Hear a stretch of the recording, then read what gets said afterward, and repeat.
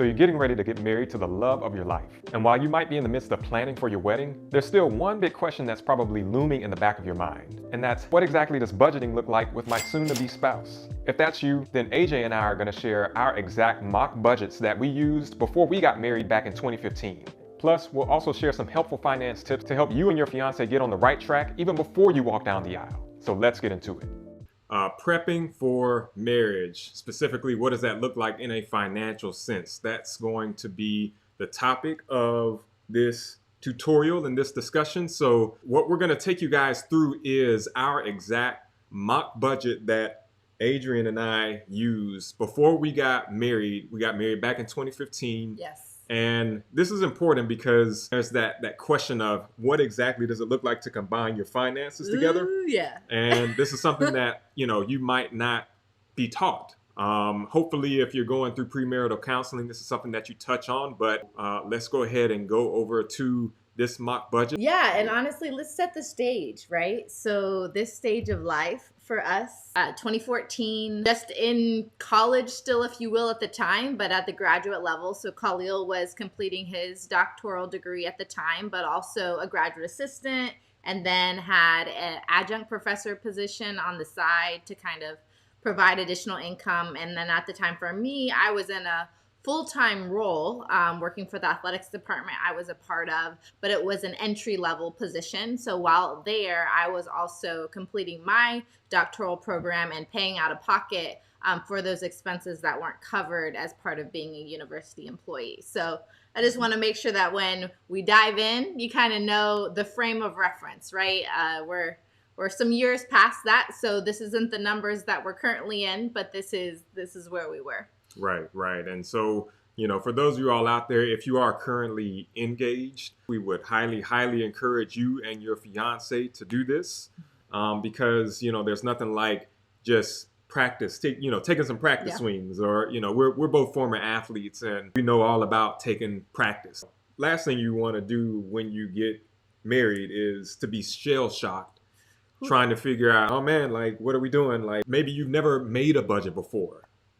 Even as just an individual, even if you haven't, make one for yourself as an individual first before you get on to doing this. So this is our mock budget, y'all. These are our mock budgets that you're seeing right now on the screen in full effect. The Justice League mock budget, that was what we called ourselves. Still, we call ourselves. Yes. So the first thing we want to point out to you all, let me scroll up a little bit here, is that if you see this date, it's May 11th, 2014 when we did this first one. We actually didn't get engaged until December 13th, 2014. So what's funny is that we did this months before we even got engaged, which I didn't even realize that until I went back and looked at this, y'all. I mean, so that's just, I feel like that was funny. Like we must have just gotten curious and we're like, you know what? I mean, we knew we were. Yeah, I think when you know and you're committed and you kind of, are trusting the Lord's timing, and when those things happen, we were willing to put it all out there. And if you're at that stage, we encourage you to do the same. Of course, there's wisdom in knowing the timing that's appropriate, but especially for those of you that are currently engaged, this is so much value added to sit down and take a closer look. Yeah. This is an interesting thing to try because you might not know what your incomes will be. Like your incomes might change when you get married. One of you might end up getting a new job or you might end up moving. And that was our case. Mm-hmm. We moved to a new city, to a new state. As soon as we got married, we both got new jobs. That was the reason why we moved. So, we're kind of going into this thing like, okay, what's a hypothetical scenario that we could work with here? Yeah, and it's best to go with what is actual, right, in your present moment, because those transitions and changes, if you're going off of projected and what you're hoping to happen in the future, that is not an accurate assessment of where you are if you got married tomorrow. So we encourage you to take a look at your actual net income when taking a look at this. Yep. So as of, May 11, 2014, my net income for that month was $2,584.24. Adrian's net income was $2,010.59. Yes. So as Adrian was saying, what you really want to do is you want to combine your current net income. you don't want to project or try to guess your future income, because that could change, that could, adjust here or there. And so here's how we did the breakdown. You want to kind of go through this? Yeah. I mean, for us, you'll hear it time and time again. Our priority is to serve first and to steward everything that the Lord has given us, or provided to us to be able to steward. And in that priority, of course, we make sure that we put those first fruits, if you will, at the top of our budget. So that is the tithes and offerings that you see, an emergency fund that we value, and then savings and investments. So Yep.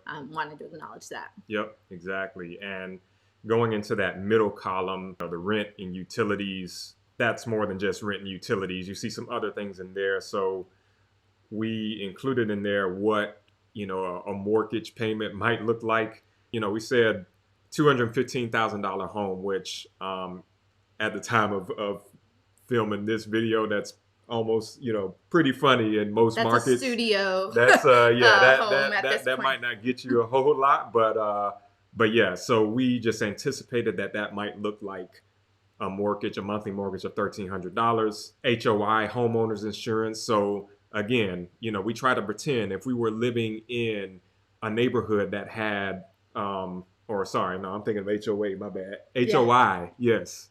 HOA is another thing too that you might have to take into account. We didn't account for that in here, the acronyms. But yes, homeowners insurance is something that's gonna be paid, probably in escrow within the mortgage in the future. But in here, we just actually itemize it out. Yep.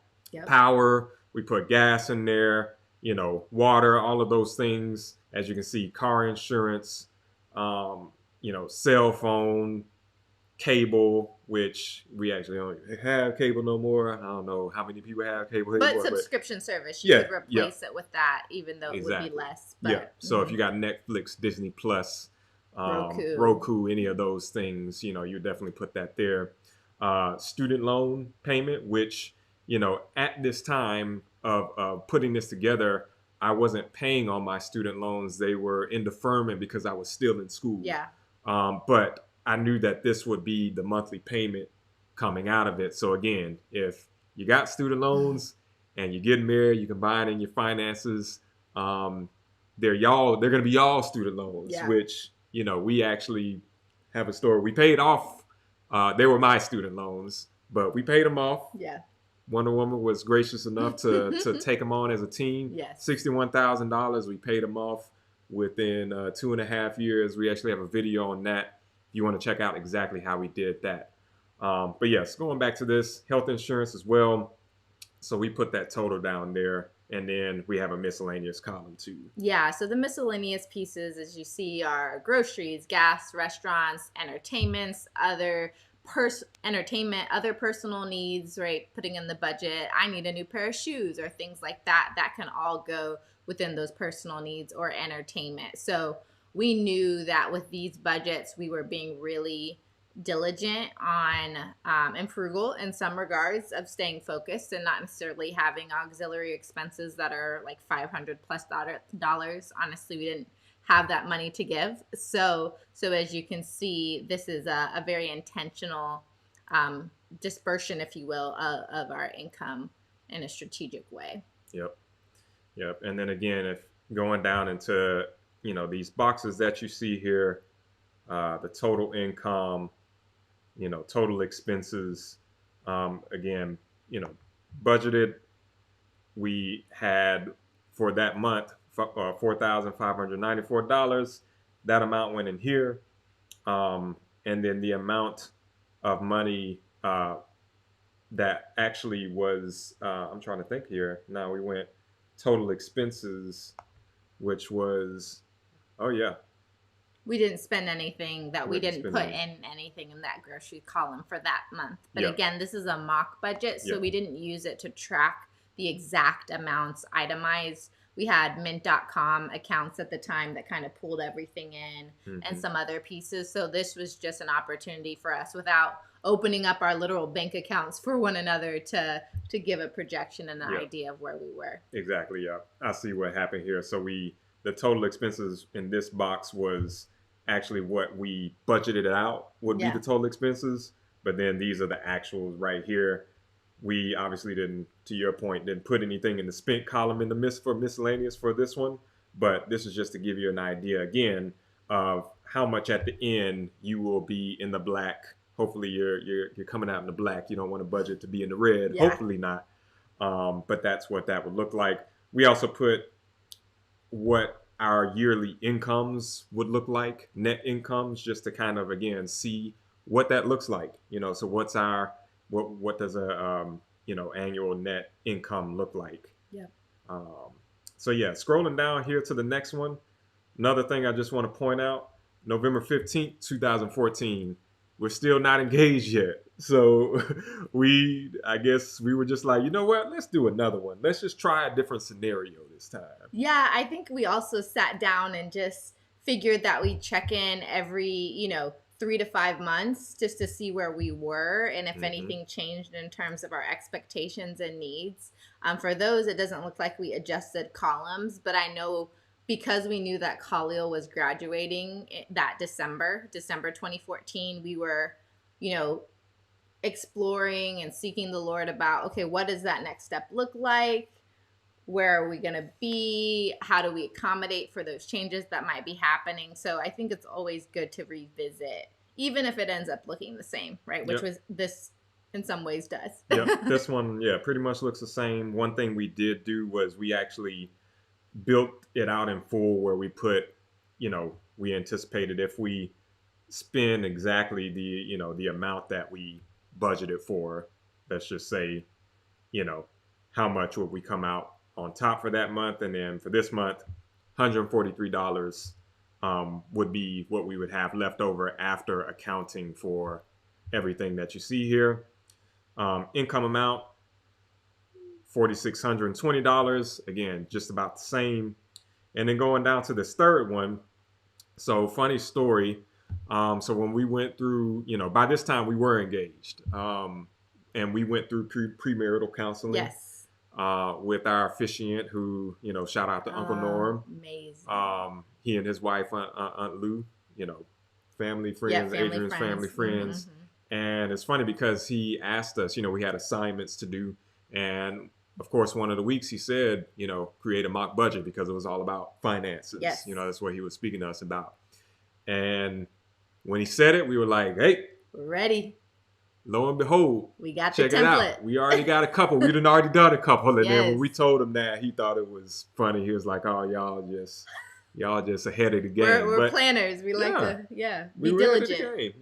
Yeah. And again, to Adrian's point, as she mentioned earlier, if you are at a stage in your life in a serious relationship, and you really do trust and believe that you all are moving ahead in the direction of marriage, then hey, it doesn't hurt. Doesn't hurt. As you're talking about money, talking about finances, go ahead and lay it out there. See what it looks like to combine your finances and to, see what a budget looks like. So by the time you have already, in our case, by the time we actually had to do it for premarital counseling, we're ready. We were already ready. This was just for fun, I guess you could say. But one thing do want to point out with this one.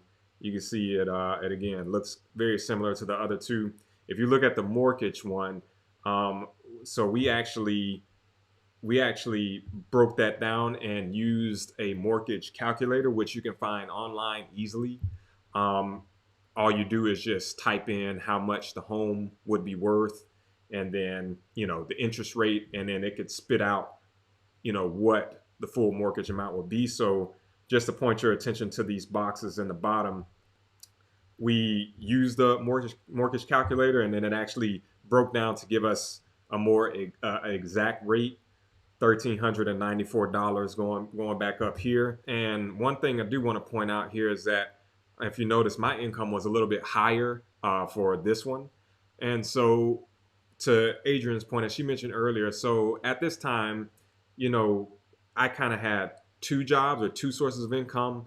I had, a teaching job with the university where I had just graduated from. I also had another adjunct faculty job that I had been doing for a little over a year or maybe a couple years by this point.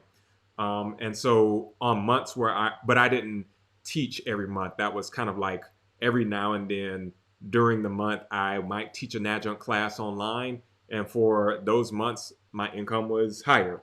So that's why you see that my income is higher, $3,908 compared to $2,602. So I was always grateful in those months when I taught that extra Yeah, adjunct it's course. more work though. You gotta be willing to put in the work, right? Yeah, But worth it. yeah, But worth it. exactly. So yeah, so honestly, we'd love to hear from you. Let us know if you've done a mock budget with your significant other, and if so, would you be open to doing it, or did you do it before you got married at all?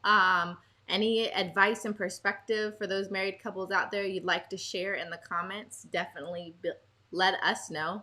And if you're looking and want a template, reach out to us. We're happy to share some of the resources that we have, but we evolved from here to really start to use our app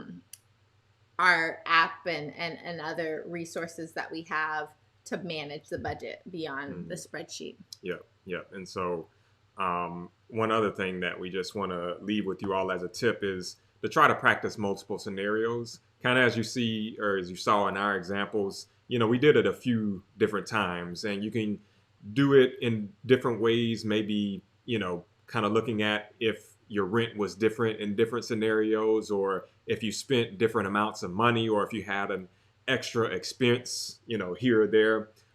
Definitely, try and tinker with, different scenarios just to give you a better picture of what things could look like. Because again, you never know what things might look like when you actually get married. Right. Right. Yeah. Yep. Exactly. And so, um, one other thing to mention is that we currently use the Every Dollar app when we budget now. Yes. And, it works very well for us. We started doing that, pretty much a couple months after we got married using that app. When we decided that we were going to be more aggressive paying off the student loans, we thought it would be really important that we manually manage our finances versus just observing what's happening through a minted account or something like that. And it really helped us put that time on the calendar monthly to reconnect and take a look at where we were and to really strategize. Okay, are we willing to cook at home a few more days instead of eating out because our restaurant budget has been higher than expected? Those types of things. So there is something really important and value added about building the habit of manually budgeting together until you really feel clear about the skill sets and strengths and areas of improvement that you can have with that combined income. Exactly. And then sometimes when you're budgeting, there can be the thought of, okay, how do we deal with expenses? Because, both of you are coming into the marriage. You're two different people. Yeah. You might have, maybe some different perspectives on money, some different money behaviors. But it's important to kind of have a way and maybe a method, find a method that works for you and your spouse in terms of how you discuss money and specifically expenses, because you want to make sure that you're not, overspending, of course. And so if you all want to check out a way or method that you can use to better discuss finances and expenses with one another, and also help to ensure that you're not overspending or spending too much money, then we have a video that's coming up right now. If you want to click on that link in order to take a look at that video. If you found value out of this video, then we'd appreciate you all to let us know in the comments. We will see you all in the next video. Right.